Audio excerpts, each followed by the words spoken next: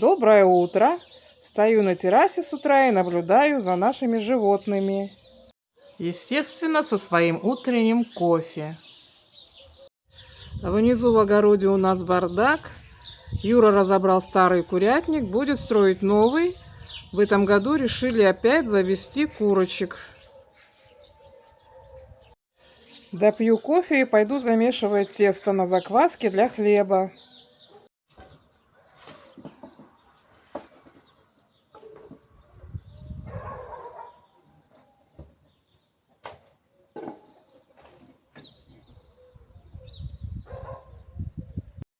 Я уже на кухне подготовила все для замеса хлеба. Вот она моя закваска. Вот так она разбушевалась. Готова уже к работе. Сегодня я замешиваю тесто на один хлеб. Я уже отмерила 100 грамм закваски, 300 миллилитров воды комнатной температуры, либо можно слегка тепленькую.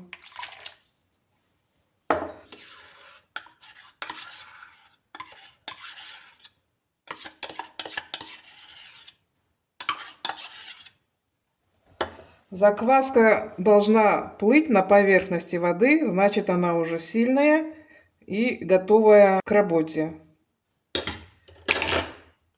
Теперь мука. Здесь у меня 450 грамм муки высшего сорта.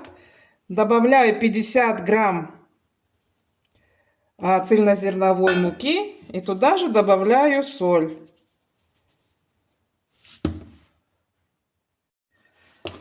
Все это перемешиваю.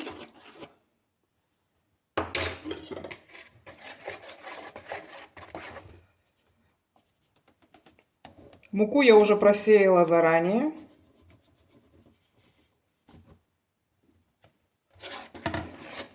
И просто все смешиваю. Теперь в ход пошли руки.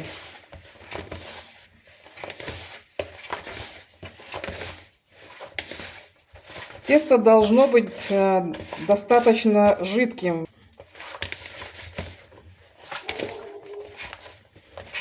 Тесто у меня готово к брожению. Сильно я его не вымешивала. Достаточно просто, чтобы все ингредиенты смешались.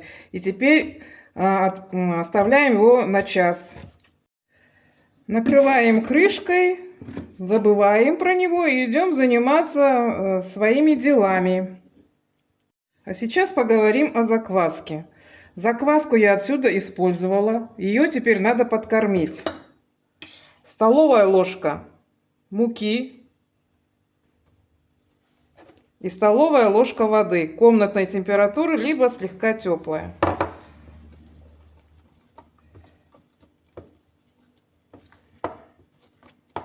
Хорошо все размешиваем.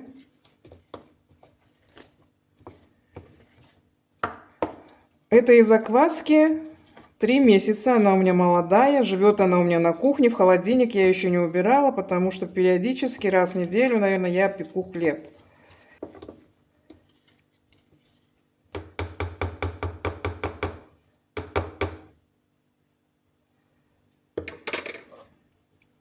И оставляем, хорошо размешали и оставляем.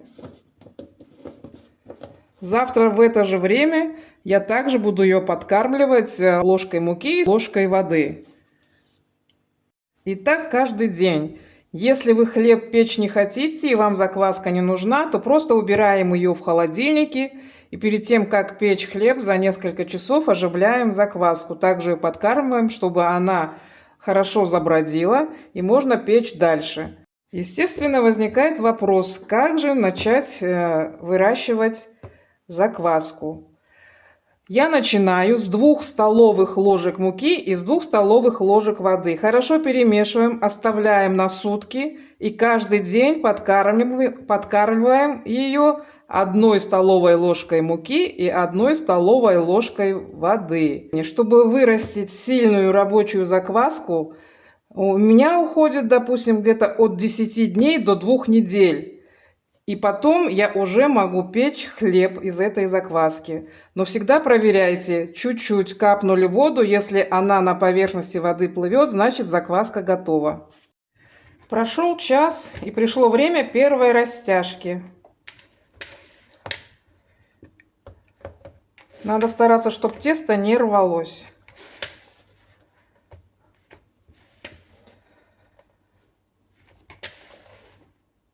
Я покажу все 4 растяжки, чтобы показать, как меняется текстура теста. Накрываем, оставляем на 45 минут дальше. Этот процесс совершенно не напрягает. В это время параллельно я занимаюсь генеральной уборкой. Прошло еще 45 минут, и тесто уже выглядит вот так. Вторая растяжка. Все то же самое.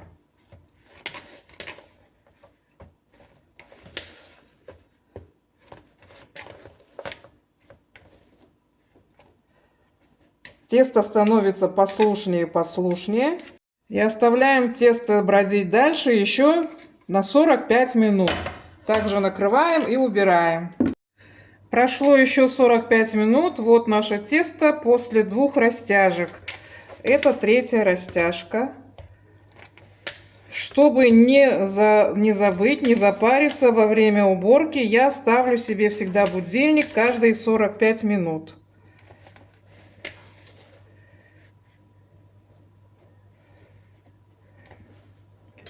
Накрываем и оставляем на следующие 45 минут.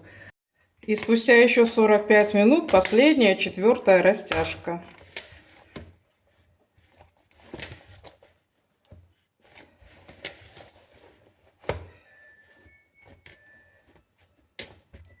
Оставляем на последние 45 минут. Также закрываем. Хочу добавить, что в видео «Кавала и пирог» я, когда загружала, забыла загрузить, написать туда рецепт. Но я его туда уже добавила, так что рецепт в том видео уже есть. Вот оно, наше тесто после 4 растяжек.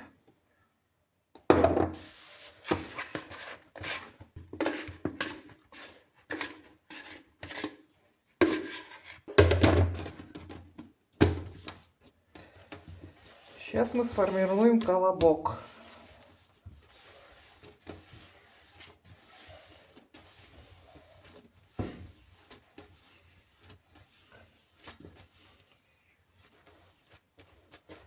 Так, оставляем минут на 15-20 перед тем, как сформировать хлеб. Вот так выглядит тесто после 20 минут. Теперь формирую хлеб. В эту корзину приспособила обычную хлебную корзину, посыпала ее мукой обычной и сверху немножечко рисовой мукой.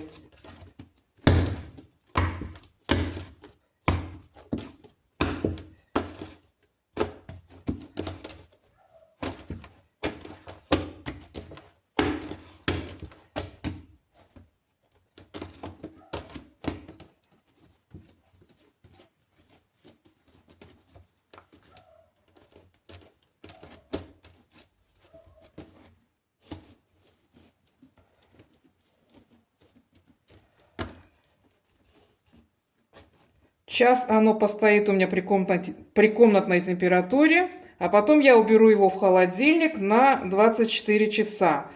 Если хлеб мне нужен раньше, чем через сутки, то минимум это через 16 часов. Заранее перед выпечкой хлеб нужно вытащить из холодильника, чтобы он достиг комнатной температуры. Сегодня у нас воскресенье, проснулись, дождь и вот такой туман. Сейчас у нас 8 утра, решили сесть в машину и прокатнуться по окрестностям. Едем в соседнее село, самое близкое от нас. Село называется Филиппи.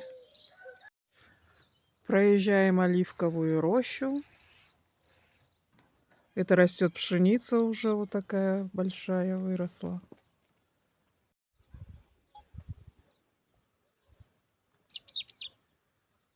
Птичка поет.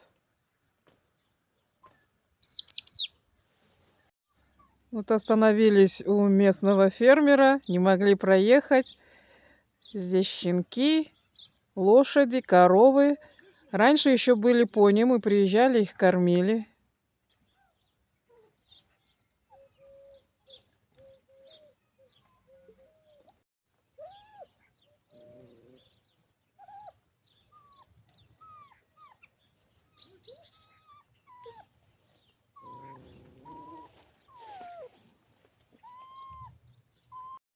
Двум щенкам помогли обратно перебраться на ферму. Они, оказывается, перелезли как-то через забор.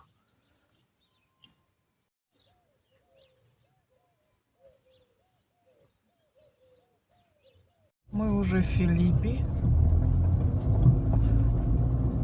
Остановились у местного источника. В начале весны здесь еще не было воды, потому что 2 года было очень мало осадков.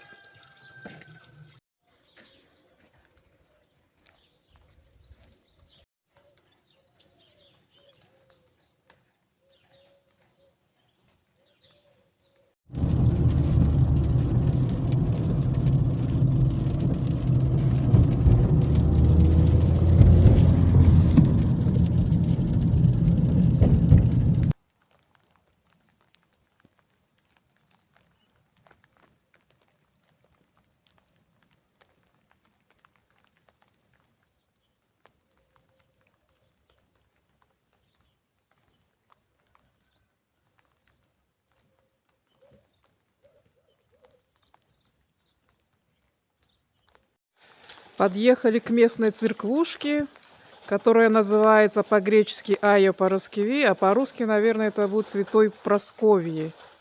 Мы сюда раньше часто ездили, жарили шашлыки. Вон там стоят столики со скамейками. А это источник.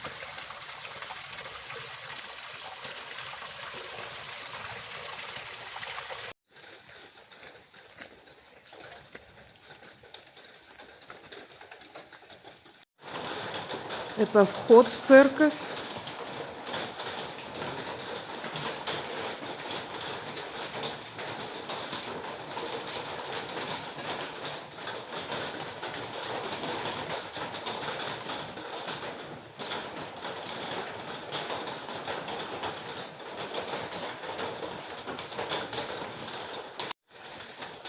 А вот это тропинка к домику,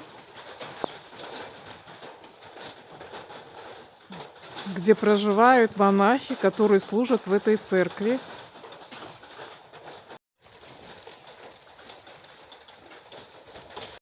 Вот такие окрестности вокруг церкви.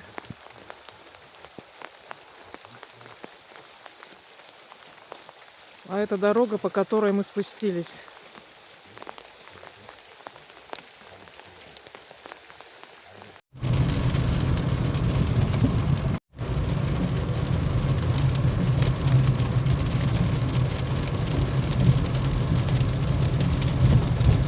Мы уже дома, за окном идет дождь, а я собираюсь испечь хлеб. Прошло 16 часов, я заранее его вытащила из холодильника, час простоял он у меня при комнатной температуре. Я уже включила духовку. Выпекать хлеб я буду вот в такой форме с крышкой, она не чугунная у меня, она эмалированная, но жаропрочная. Перекладываю хлеб в форму.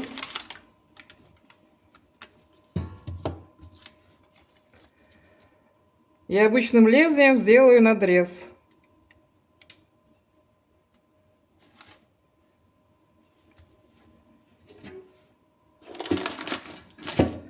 Накрываю крышкой и отправляю в духовку. 20 минут при 250 градусах с закрытой крышкой. Потом я понижаю температуру, открываю до 230 градусов и с открытой крышкой 15 минут. Так печется хлеб в этой форме в моей духовке. Вы ориентируетесь по своей духовке. Первое время, когда я только начала печь хлеб на закваске, у меня не было формы. Я пекла в открытом виде. Но дополнительно я ставила туда на низ духовки вот такую формочку с водой для парообразования. Поэтому для тех, кто будет печь хлеб без закрытой формы, пар нужен обязательно. Для того, чтобы тесто не подсохло и хорошо поднялось, Потом корочка, чтобы получилась не твердой и жесткой, а тонкой и хрустящей. Также пар делает цвет корочки более равномерным и помогает надрезам хорошо раскрыться. Пар нужен на первые 10-15 минут, а потом его можно убирать. Хлеб получается не хуже, чем в закрытой форме. Я уже это практиковала не 1 год. Хлеб у меня уже испекся, шипит. Из-за того, что я недостаточно нагрела духовку, поэтому в закрытой форме он у меня пекся 25 минут. И после того, как я открыла форму, я его допекала еще 15 минут. Хлеб пока еще очень горячий, поэтому я разрезать его сейчас не буду, а когда он остынет, я разрежу его и покажу, какой он в разрезе. Прошло уже полчаса, хлеб остыл, но он еще слегка теплый. Вот хлеб в разрезе, вот такой мягкий. Ну а теперь пришло время попрощаться и выпить чаю. Желаю всем хорошего дня и до встречи в моем новом влоге.